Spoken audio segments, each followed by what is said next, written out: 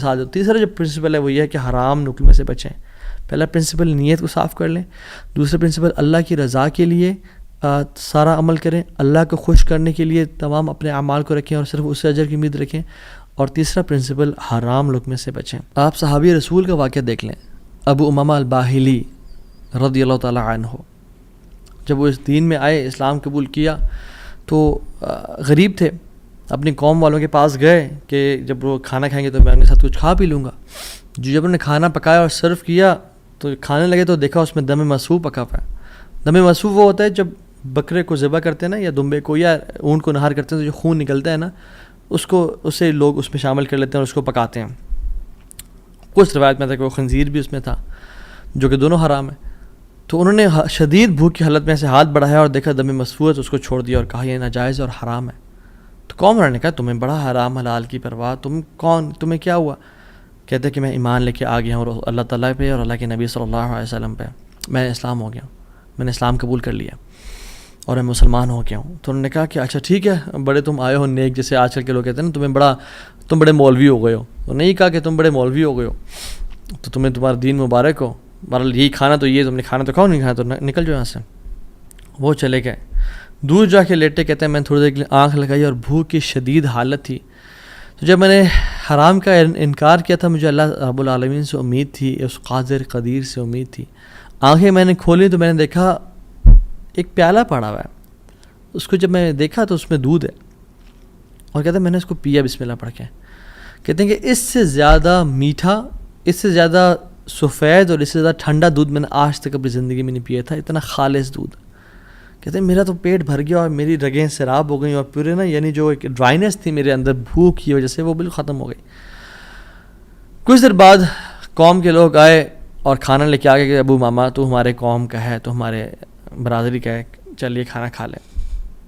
تو انہوں نے کہا کہ میں حرام نہیں کھاتا اور مجھے میرے رب نے پلا دیا دودھ. تو انہوں نے کہا کہ ابو ماما تو نے ایک تو پہلے دین کو چینج کیا, پھر تو بس جھوٹ بولنے شروع ہو گیا ہے, کیا مسئلہ ہے تیرے ساتھ, کوئی مسئلہ ہے؟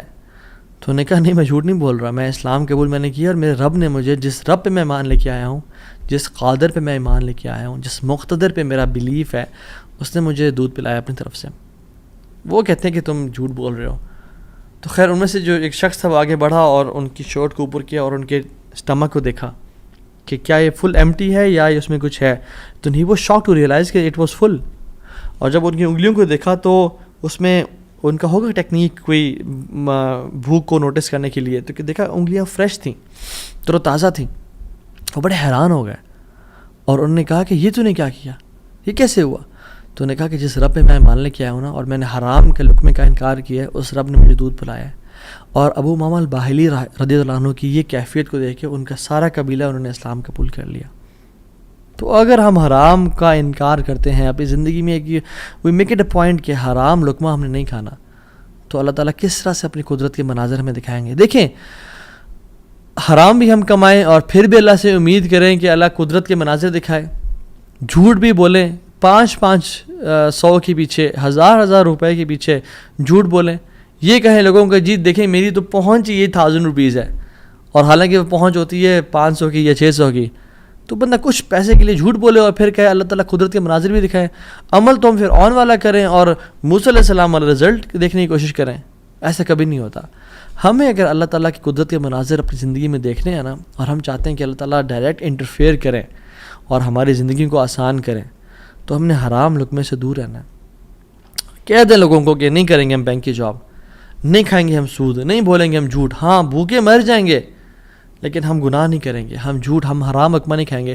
8000 پہ گزارا کر لیں گے, 15-20 ہزار پہ گزارا کر لیں گے, جتنی تنخواہ ہے اس پہ گزارا کرنا سیکھیں, لیکن حرام نہیں کھائیں گے. اور پھر دیکھیں اللہ تعالیٰ کس طرح سے آپ کے رزق میں, آپ کے گھر میں, آپ کے اہل و عیال میں, آپ کی زندگی میں برکتیں لے کے آتے ہیں اور مشکل سے آپ کو نکالتا ہے.